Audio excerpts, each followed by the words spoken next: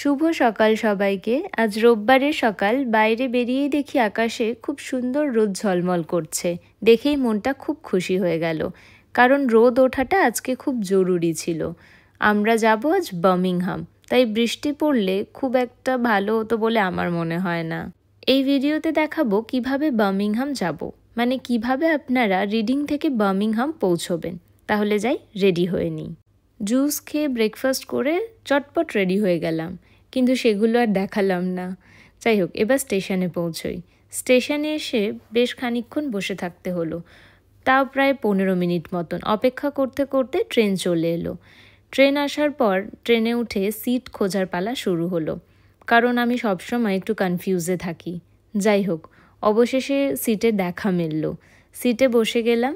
এখানে ট্রেনগুলোতে খুব একটা ভিড় হয় না, কারণ প্রত্যেকেরই সিট রিজার্ভ থাকে। ট্রেন বুকিংয়ের সময় প্রত্যেককে একটা সিট নাম্বার দিয়ে দেওয়া হয়, তাই এই জন্য এখানে খুব একটা ভিড়ভাট্টা ট্রেনে দেখা যায় না। আর প্রত্যেকটা সিট ও কামরাগুলো খুব সুন্দরভাবে ক্লিন করা। ট্রেনের ওয়াশরুমগুলো খুব সুন্দরভাবে ক্লিন করা। হ্যাঁ, এবার বলি কিভাবে ট্রেনের টিকিট বুক করতে হবে।